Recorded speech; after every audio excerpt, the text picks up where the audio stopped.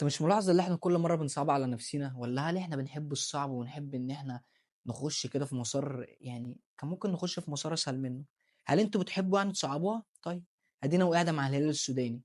هتقعد بقى تقول لي زول ودول والشغلانة دي، لأ الهلال السنة دي غير أي فرقة، الهلال كان محطوط في مجموعة بُص كلّها دمار، وكسّر كل الفرق اللي قدّامه، الهلال السنة دي معاه حتّة عيل جناح شمال من الآخر، يعني الله يكون في عون محمد هاني. فأنتم ما تفكّروش ولا دماغكم تقعدوا تهسهس فيكم إحنا ده إحنا عندنا الهلال هنفكّر في الترجي وصن داونز، إيه؟